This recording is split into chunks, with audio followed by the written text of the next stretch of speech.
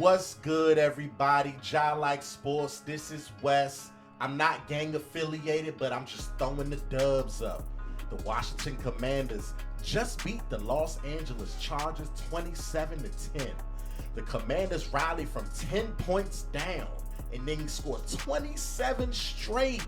Ja'Cory Krosky-Merritt, 2 touchdowns, 14 carries for 111 yards. JD5 finally back, 231 passing yards with a touchdown, no interceptions, no fumbles. Deebo Samuel, 8 receptions for a touchdown. Dorrance Armstrong, 2 sacks.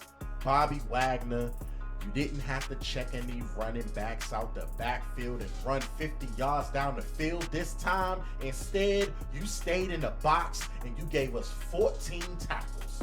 Shout out to everybody. Sandra Steele, good looks on the pick. Lattimore, thank you for the fumble recovery. Everybody stepped up today. Even though it was looking like the Atlanta Falcons game all over again, in that second quarter, we caused a fumble. It started a spark. Krosky-Merritt scored, and that was all she wrote. Thank you for tuning in. If you like this video, if your heart so desires, like, share, comment, subscribe. It would mean the world to me. But other than that, we just won. I'm off emotion right now. I don't got all my details, all of my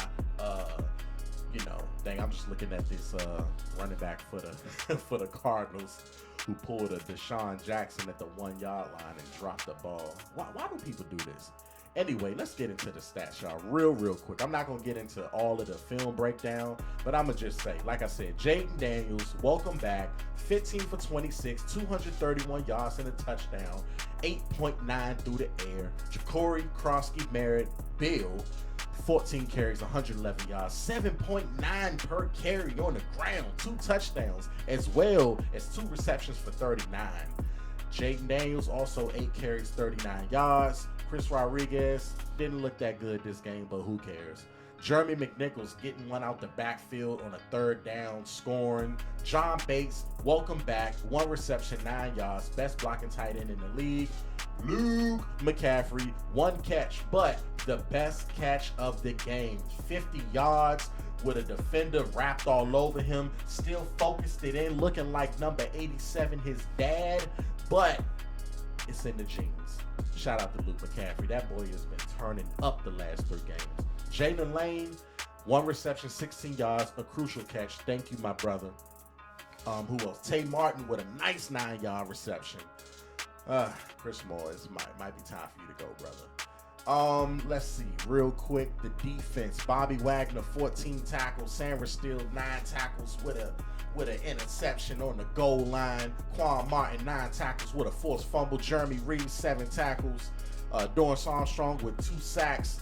Where my man at? Von Miller with 1.5 sacks. He was doing his little, all that type of stuff. And yeah, whole team looked good, man. Way to fight back. Way to be resilient. Way to just know that until that scoreboard says 0:00, the game is never over, y'all. The game is never over. Second quarter, we just did a whole 180 and turned this whole thing around. It just shows you. That's why people were so mad about the Commanders not getting turnovers in those first 3 games. Because when you cause a turnover, look what happens to the morale of the team. Look how the energy just immediately shifts. And then you got all those burgundy and gold fans in LA at the stadium. Shout out to y'all. Y'all the real ones. I'm going to be out there one day with y'all. But all of that combined together turns into the charge that we decided to push on through, shock the Chargers, get the dub, head back to Dulles Airport with the victory. Go home to your families, kiss your wives, kiss your kids. It's going to be a good week, y'all. We're going to get ready for Chicago. But right now, we're going to celebrate this victory, y'all. Hey, it feels good to get back into that win column, 3-2. And guess what? The Philadelphia Eagles just lost, y'all. The Denver Broncos put a nice little come-behind victory on the Eagles. So that helps our NFC East potential home playoff game chances. So shout out to the Denver Broncos and my Oregon Duck, Bo Nix. But right now, we're going to focus on my other Oregon Duck, Justin Herbert. It's all love, though. But today, we had to do what we had to do. We had to go ahead and give you that L. 22 for 29, 166 yards. High percentage high, but yardage was nothing. 5.7 yards through the air. He also had 4 carries for 60 yards. He had a big run on the first drive when they scored, and nobody was paying attention because we were playing man, and everybody forgot about Justin. He just went right down the field. Amarian Hampton, 12 carries for 44 yards, 3.7 on the ground.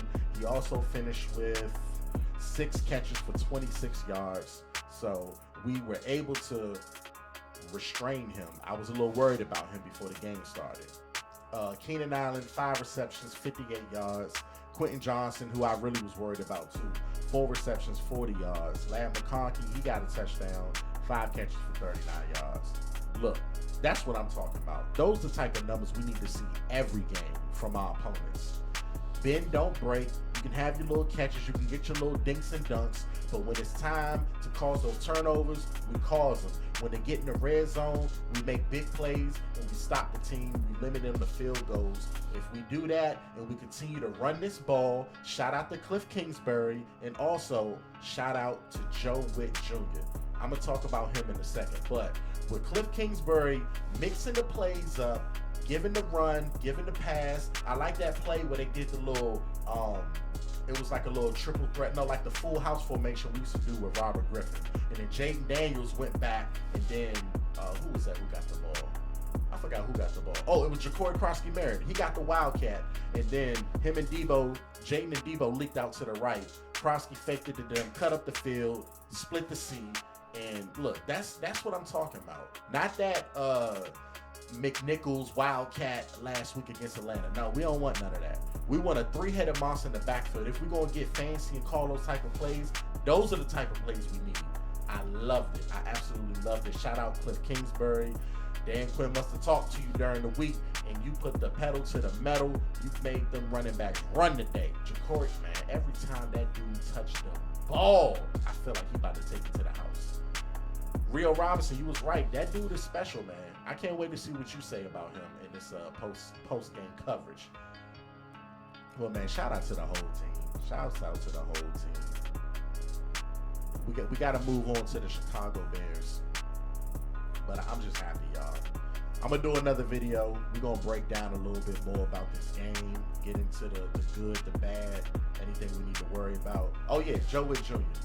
I was upset with you for a while, but this week, I'm going to give you your credit.